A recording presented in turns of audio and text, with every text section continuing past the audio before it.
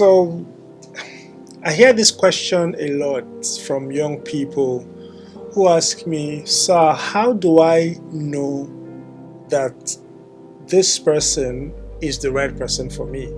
How do I know who is the right person for me? How do I know who I should spend the rest of my life with?" So it's important to understand a couple of things. Before you even decide that you want to date someone or you want to spend your life, the rest of your life with someone, it's important to understand who you are. It's important to understand where you're coming from. It's important to understand where you're going to. It's important to understand your dream.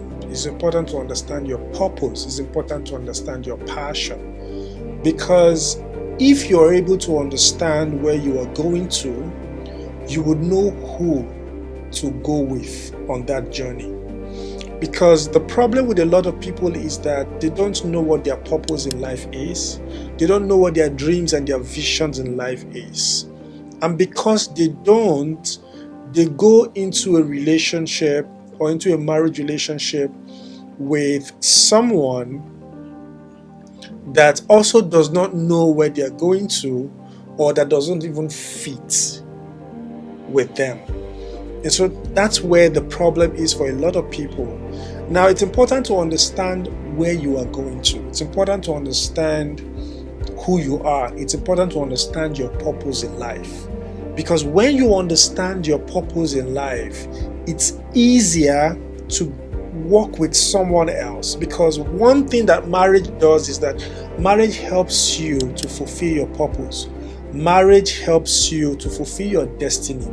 Marriage helps you to live out your dream. So when you have the right partner, they would support you, they would work with you to be able to successfully fulfill your dreams or fulfill your passion. That's very important. So understand what your purpose in life is. Understand what your visions are. Understand where you are going to, so that you know who to go with you. So if you understand who you are, you understand what your purpose in life is, what that does is that it also helps you to be able to now design the type of man or the type of woman that should go with you on your life's journey. So one of the things that you can do is, based on your understanding of who you are, you understand your temperament, your kind of personality, you understand your strength, you understand your weaknesses, you understand your purpose, you understand your destiny, you understand your vision. Like, you know yourself, and because you know yourself, you will be able to know the type of man or the type of woman that should fit. Now you can describe that man or describe that woman. Have a note or have a journal. Write down the things that you desire in a man that you want to be with. And this is not just a sentimental note that you're putting down, or a standard of the type of man or the type of woman that you want to be with. This is based on the knowledge of who you are. This is based on self-awareness. So you are coming from a place of defining the person that fits the person you are aware of, or the personality that you are. So you can put down that list and now begin to pray about it. Okay? We begin to pray about it. Now, one thing that this does is that if you have the right image in your mind, in your subconscious, in your spirit, based on this information that you've put down on your journal as per a description of who that person is, when you meet that person, you would know. And this is what we call the law of recognition. You are able to recognize that this person is now bone of my bone and flesh of my flesh. She will be called my wife. Because I now recognize her based on the fact that I've seen that this person was brought out of me, right? There was a creation that you made initially. That creation was born out of you. You've looked at yourself, you've understood yourself, you understand where you're going and everything. Out of yourself, you are able to create an image or a description of the person that fits you, that complements you. So when you see that person physically, or when you meet a guy or a lady who carries the characteristics that you've written down, it may not be 100%, but when you see the person that really fits, you will know. Let me give you an instance. There was a day somehow, I had just met my wife. It was like 2 weeks that we had met. We're just friends. And I somehow stumbled into her journal and picked her journal to just take a look at, what was inside. I don't know how I just got, to open the book, and I was just looking at the notes and all of that. And then I saw what I want, or what I desire in the man I want to get married to. It was about 17 things that she wrote. And I was reading those 17 things, and they were practically describing me. By the time I was done reading the 17th item that was on that list, I thought to myself, I said, wow, I can marry this woman. Why? Because all of the things that she wrote in that book described me. So it was not difficult for her to recognize me when she began to see those characteristics in me. Because of course it takes friendship to begin to reveal certain characteristics and certain traits. But as she was seeing them, she recognized that I was the person that she wants to spend the rest of her life with. So there's a power or the law of recognition, and it comes from a description or a creation that you have created from your inside based on the knowledge of who you are. I needed to lay that foundation because a lot of times we are confused about who we need to be with because we don't even know who we are. We don't know who fits into our life or who can fit into our life. We don't have a standard. We don't have an image. We don't have a description of the person we want to be with. We don't know who would walk this life's journey with us. We don't know who would complement us. So it boils down to self-awareness. Know yourself, know your purpose, know your vision, and then out of the knowledge that you have about yourself, you can easily create the image of the person that you want to be with. It is not out of sentiment. It's not about he has to be, rich. If he's not rich, I'm talking about core important things that are really, really critical to your personal success, your happiness in marriage, and all of that. So think about this and then create that standard, create that image. And then there are a couple of things that you also need to look out for. It's important to understand that purpose is critical. I've talked about purpose. Value is important. They say opposites attract, but I say similarities remain. Opposites may attract, but similarities remain. Similarities are those things that you both have in common, which are in your values. What are the things that are important to you that you both have in common? You may be an extrovert, he may be an introvert. That's okay. Opposites will always attract. But when it comes to the things that are important to you guys, the things that are your core values, the things that are really important to your existence, there has to be some level of similarity. Two will not work together except they agree. So let me give you an instance. It is not everyone who is a born-again Christian like you that you should get married to. Why do I say this? There are Christians who do not believe in the Holy Trinity. There are Christians who believe in the Holy Trinity. Both values in terms of spiritual orientation are not similar. You would have problems in this core doctrinal area. Some people believe in tithing, some people don't believe in tithing. Some people believe in seed sowing, some Christians don't believe in seed sowing. Some Christians believe in the Holy Spirit, some Christians do not believe in the Holy Spirit. Some Christians believe in speaking in tongues, some Christians does not believe in speaking in tongues. So these are differences in values, even when you guys are Christians. So it is even not every Christian that you should get married to. Some people believe in God, some people don't believe in God. As an atheist, you should look for an atheist like you to get married to. As a born-again Christian, you should look for a born-again Christian to get married to.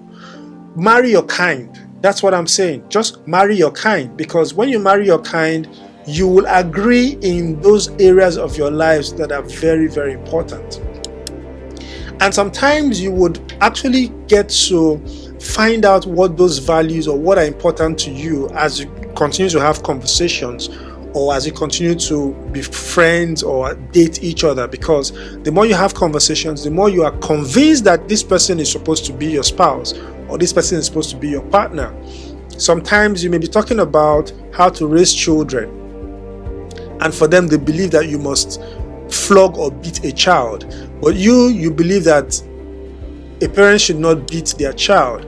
Now, if you don't agree in this area, it may help you to make a decision that this is not the person I want to be with. It could be the fact that they want 8 children, they love children, you just want 2 children. If you don't agree in this area, it also may be one indication that the both of you are not meant to spend the rest of your life together. So values are important. It's important to have conversations. It's important to talk, because the more you talk, the more you understand what are important to the both of you. And if you are similar in a lot of areas, those who actually have stayed successfully in their relationships or in their marriage have a lot of similarities in those things that are very important to them. So purpose, value is important. The third thing that I also want to talk about is character. How you know that someone is supposed to be the person that you're supposed to spend the rest of your life with is if they have great character. Our parents, for instance, got married to each other or to themselves, even without seeing each other or without dating. Most of them got married based on recommendations. Somebody said, "Oh, I know this person's daughter," or "I know this person's son. She'll be good for you." And then they go ask questions, and then they eventually meet each other, and then they decide to get married. So there was no long dating in their generation, but then character was the foundation upon which a recommendation will even be done in the first place. And so most marriages worked because there was something foundational. It was the fact that our parents, most of them, had great character. So character can sustain a relationship. So if you meet a guy who has great character, it would determine his ability to be committed to you. It would determine how he would love you. It would determine how he would treat you. It would determine a lot of things about his life. Same for a lady. It would determine a lot of things about their lives. And in fact, the level of happiness or sorrow that you will experience in your relationship, or the level of hurt or joy that you'll experience in your relationship, is directly proportional to the level of character that they have. If they have shallow character, if they have bad character, you will suffer in that relationship because they will always have the tendency to hurt you. If they have good character, it would reflect in the way that they treat you and in the level of joy and happiness you will experience. So, as you're thinking about who you want to get married to, or taking a decision about who you want to get married to, look for someone who understands their purpose, who knows where they are going to. Look for someone who has similar values as you. Look for someone who has great character.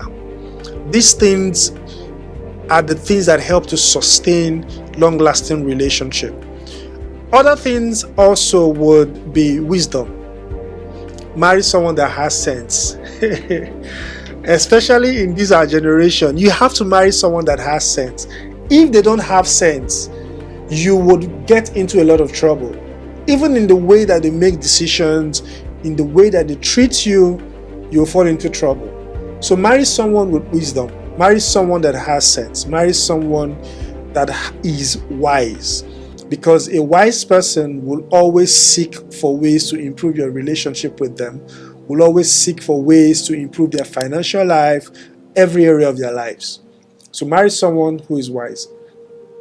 And lastly, marry someone who really loves you.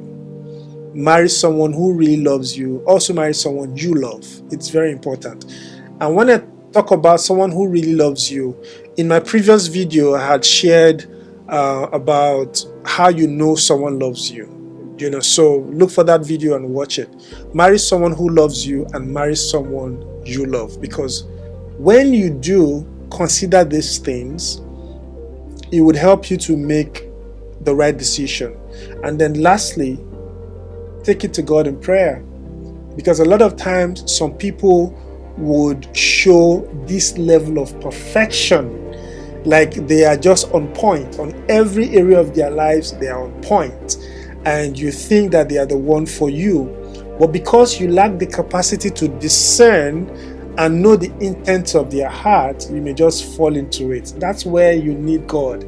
That's where you need the Holy Spirit to guide you. Sometimes some people may physically or may just check all of these points, but the intent of their heart or the destiny of their relationship with you may not be the best thing for you.